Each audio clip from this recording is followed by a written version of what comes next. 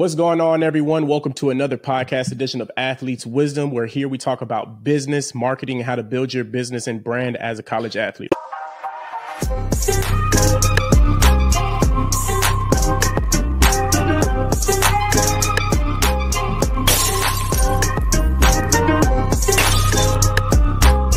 All right. Today, we have another amazing guest. This is somebody that I've actually been following for a while. Extremely smart person when it comes to online business, when it comes to building your business online. We actually have Jason Fladlien. And if you aren't familiar with who he is, this is someone who has literally helped entrepreneurs be able to generate over 9 figures, maybe even 10 figures now, honestly, because he's been doing a lot even since we last spoke, but 9 to 10 figures in revenue. He literally makes millionaires. Please make sure you have your pen and papers ready, because the advice that he's really going to give and share with you all is going to be a life changer. Jason, thank you so much for joining. How you doing today? Man, I'm doing better than good. I like to hear it. So for the people who aren't familiar with who you are, of course, you're Jason Fladlien, but just kind of give them like a quick background of who you are, how you got into your space, how you're able to kind of help people make, is it 10 figures now? Could be. I mean, kind of quit counting after it gets to like 100 million. That's a good problem to have. Yeah, it's a lot. Most known for webinars, specifically webinars that sell product. Webinar is basically an online seminar. That's where the term comes from. They got popular in 2007 and 2008. And I was right there beginning my career. Prior to 2007, I'd made at most $20,000 in a single year. I mean, I was broke. 2017, I started working for other marketers online where I'd write articles and they would put their names on them. It's called ghostwriting. And from that, I was able to create a product on how I was able to do that. And I taught people, here's how I'm ghostwriting and making money. That was my first little bit of success. 2008, I started noticing, people liked how I trained, liked how I taught. It was very different than other people teaching business online. And even though I was fresh and I was new, I was hungry. So I was always looking for new solutions and building little mini systems and selling really cheap products. I'd always wanted to do webinars. Prior to that, webinars weren't really viable. The technology wasn't there, meaning that both it was unstable, you couldn't do them live and count on them actually working, to the internet connections were too slow. So I'm like, man, I can't wait for these things to pop off because I'm going to be on the ground floor of them. And even though I'm brand new, I don't have any bias towards how to do them. So I can start with a blank sheet of paper and figure it out. There was no rule books and I didn't have to take, I know how to do X over there really well. Let me just bring it in over here. I could start fresh. I liken it to how Tesla came into the automobile industry. This is why they won the game, and it wasn't Ford or it wasn't Toyota or Chevy who broke through. It was somebody from outside. So I started doing webinars then in 2008, and I just stayed at it and just kept getting better and better and better. And because everything I was designing was unique, I wasn't borrowing it from somebody else or studying somebody else because there was nobody else to study. I was able to be a pioneer in that field. I was able, and here's why I like webinars. Most advertising and marketing is annoying. It's disruptive. It's like, I'm trying to watch this and you're throwing an ad in my face. And usually that's the only way ads work. Or you got to go the other route, where you give all this value and education, then over a very long period of time, somehow, some way, you get somebody to pay you money. And that's such a slow process for my ADHD brain that I'm like, I can't do that either. So the webinar kind of does the best of both worlds. I can give you value in a short period of time, but then I can also give you an opportunity to invest if it makes sense for you. And that made sense to me. That's what I did. And I started applying that to everything. So I used to sell information products with it. Then I sold group coaching programs with it. Then I started selling software with it. I started selling other people's products as an affiliate through webinars, services. And then pretty soon people came to us and wanted us to publish them. And they had a really good product and they wanted us to market it and sell it and use webinars. And then I started training people on webinars. And then Zoom, who ended up becoming a public company and is worth, I don't know, tens of billions of dollars or hundreds of billions. I don't know at this point. It's insane, right? 2 months before they IPO'd, they brought me in to train all of their webinar users on how to do webinars. And then when the pandemic hit, all of a sudden everybody went online. And I'm sitting there thinking, how lucky can I be? Because this thing that I've been begging people to learn for the last 10 years that nobody really wanted to learn, everybody's forced to learn now. So the explosion that occurred as a result of that has just been fantastic. And that's kind of the shortest version of the story that I could tell. Look, you still gave value even within that story. And that's part of what I want people to understand, right? You've been in this for such a long time, right? You understand how it is to market on both aspects of the business. And you were able to find your niche and what worked for you. And you were able to utilize tools and certain, economic changes that still ended up working for your advantage. So as an entrepreneur, right, how have you helped people make more money, right? Like you said, with with webinars, right? But I'm sure there's a formula that goes within that part of it, right, can still be transferable to other styles and types of business. So kind of just give a little gist of that. I mean, there's really fundamentally two ways you can only make money, which is liberating if you discover it. One way is to find something that others are overlooking, that if you just tap into it, you can be successful with it. And that happens. It happens a lot, by the way, because big businesses and already established successful people, to them to bend down and pick up another $10,000 is too disruptive. They have other things that they're looking on,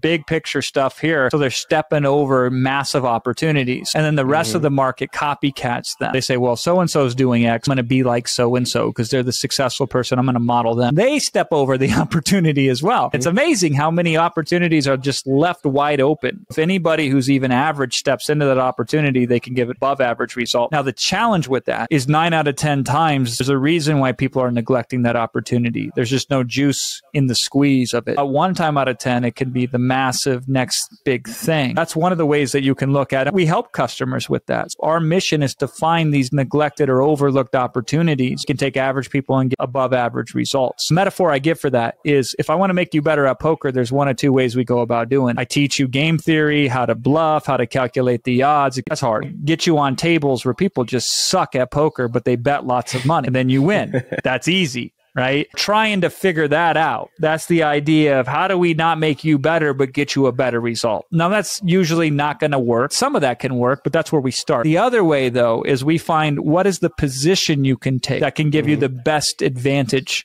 So any and everything else you do will only help. It's like if we chop down a tree, if I have a dull axe, that's going to be really hard. But if I have the sharpest axe known to man, then I can chop down a tree very easy. That's strategic position. And so I help a lot of people, brands, personal and big companies. What's the position we can take that taking this position makes everything else we do easy? So that way we can leverage point, if you will. So as a college athlete, especially someone who is probably most likely coming from an area in which they either didn't think they were going to start a business or haven't started their business yet. So how can they actually find the right direction, even if they may seem stuck or lost? Like you said, any direction is a good direction. But how can they find a direction to start going into so they can actually start maybe learning about what they want to do or actually get the ball rolling on what they already know they want to do? For sure, man. The way I started in business, and this is the way I'd recommend, is you listen to people's complaints, even their small ones. And what do people complain about over and over again repeatedly? If you can solve that complaint, I don't care how small it is, you can get a market. So for me, the complaint initially was it takes too long to write an article. I'm like, I got a solution for that. Let me show you some easy ways that you can immediately improve your article writing speed. And they're like, I'll try that out. And I charged them $4 for it, like,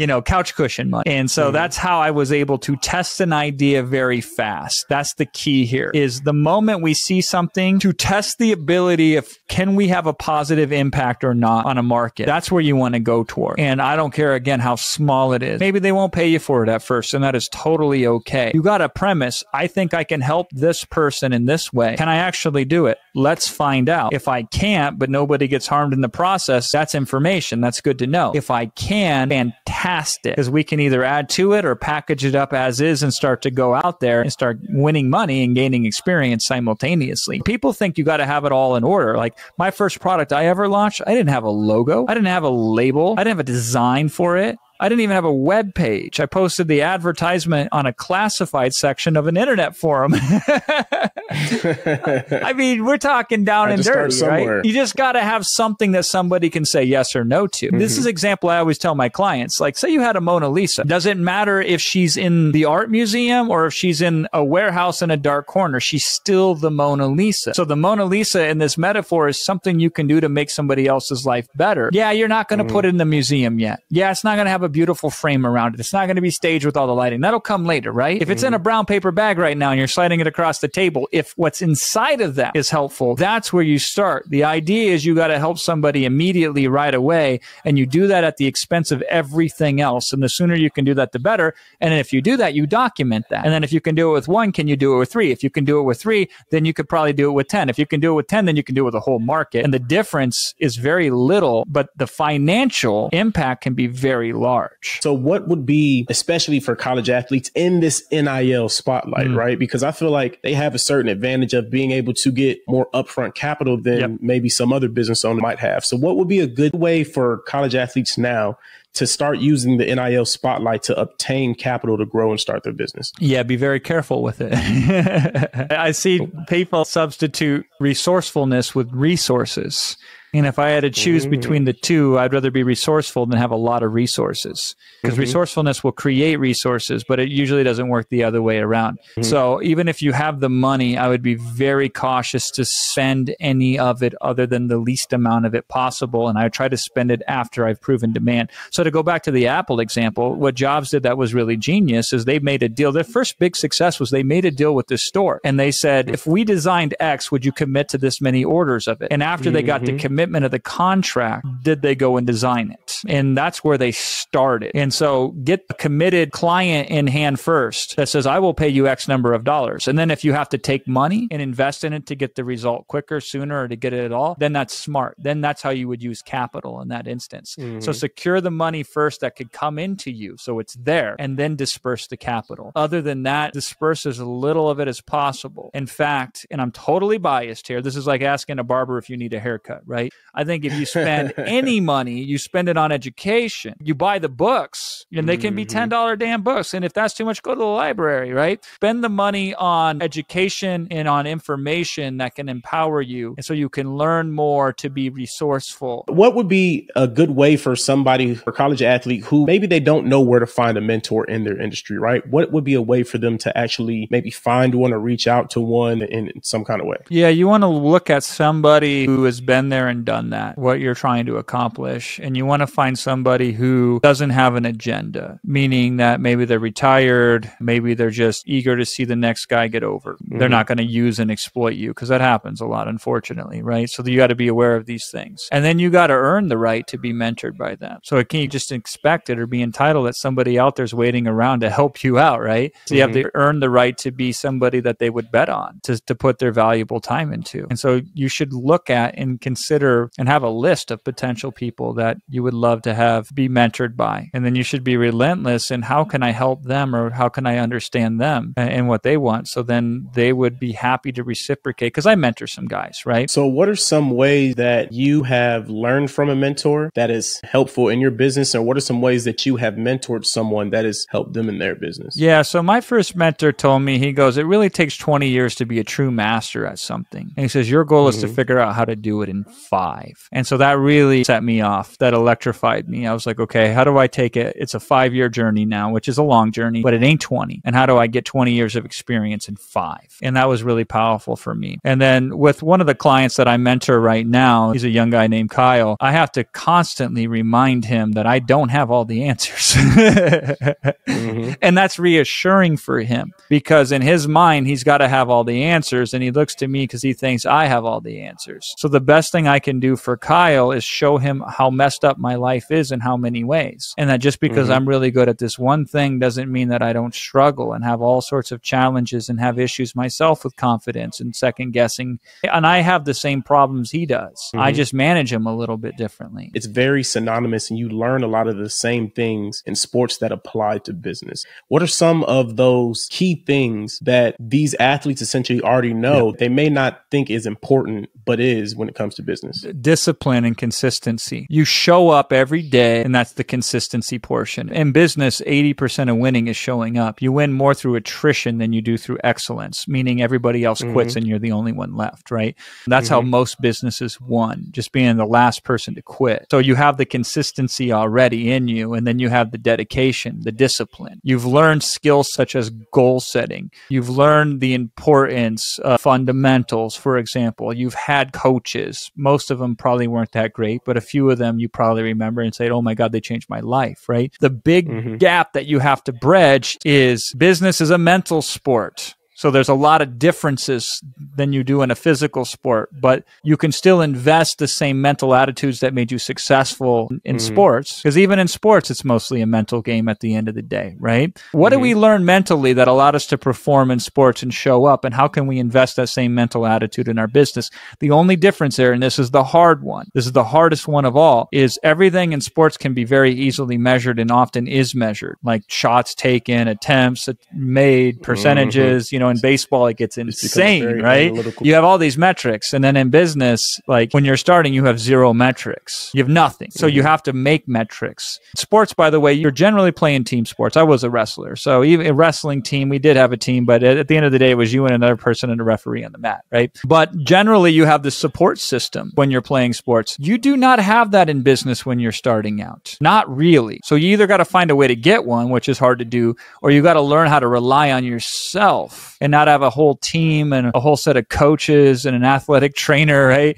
And a nutritionist or any of these other assets and resources you have given to you right now. So those are important, but you have to go out there and hunt for them. You have to learn self-reliance in a unique way that, especially for team sports, you didn't have. Now you can build the team later and you can bring in the coaches later, right? You just got to figure out how to take the disciplines that you're already good at over here and slightly adjust them so you can be good at them over there. So in closing, what are some key tips that you haven't already spoken about that you could probably give to an athlete just to make sure that their chances of success are higher? Yeah, you got to look at immediately what are the leverage points that already exist, net new ones that I have to create. So do you have affinity towards a market already as opposed to creating affinity? Do you have resources that other people in your competitive environment might not have access to? Do you have relationships which you could leverage in an ethical way in order to open doors that otherwise would be closed? So before you create anything new, look at what you already have and see if you can strategically get more out of it than you're getting right now, especially if you can do it strategically in a way where everybody benefits as a result. And I think college athletes, they have a lot more resources available to them than most of the entrepreneurs that come to me who are starting out and trying to build a business.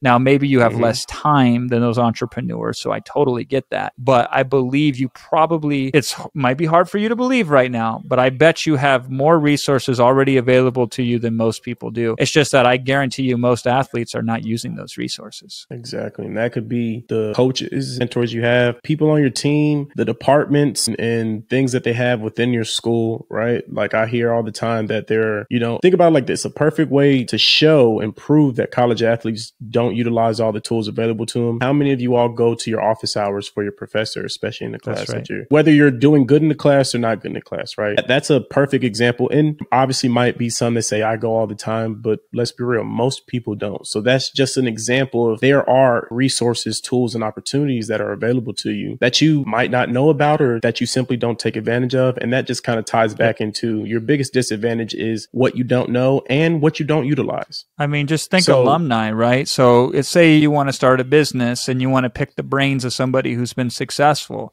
Find the people that went to the university that you're at that are very, very much into the sport you play and say, hey, Mr. So-and-so, I'm thinking of starting a business kind of like the one you started. If I sit down with you for an hour or two, would you help me out? They'll just say yes automatically because the affinity's already there, right? Like that's huge. Those are doors that are easy to open with lessons that are unavailable and not freely given to most people that you have within your limits to tap into just like that. Exactly. Look, I appreciate you coming on today. I know that I could continue to pick your brain and you can continue to provide value. I just want to open the floor. Is there any, last ideas, thoughts, gems that you might be able to share with the audience? Yeah, I have this thing called study to action ratio, and I never wanted to exceed 1-to-1. So for every hour you study about business, you should follow up with an hour of action. Ideally, you should be taking more action than you study. I like a 1-to-16 ratio. For every hour I study, I implement for 16 hours. So we want to get it to that point, right? But it's easy to listen to podcasts like these and thinking you're doing something. You're starting to be in a position to do something. So the podcasts have their value. Don't get me wrong. But if you've listened to me for an hour, now it's time for you to go out and put it to work for an hour. I like that. 80-20, 1-to-1. You said study to action ratio. Yeah. I already know that I'm about to rewatch this video, take some notes of my own, and literally start implementing a lot of these things. So Jason, I appreciate you so much for being able to be here today. Can you go ahead and let the audience know where they can find you if they want to, ask any questions? Maybe if I know that webinars aren't usually for college athletes, but maybe one of them has a business out there, they might be able to utilize some of your services on. So can you just kind of give them, a gist of where they can find you? Yeah, best place is YouTube. So I did all this stuff, sold hundreds of millions without any social media. And I figured out one day I better get on that stuff. So go to my YouTube. I have videos there. I'm not selling anything there. I'm just giving away knowledge. A lot of this is strategic thinking. So check me out on YouTube. I'll give you more insights us there. Alrighty. Thank you so much, Jason. And I do hope to have you on another episode. Yeah, I would love to. Alrighty. Hey, and thank you, listeners and viewers, for tuning in today. Look, if you haven't already, go ahead and like, comment. If you have any questions, drop them down below and subscribe, and we'll see you next week. Thank you so much.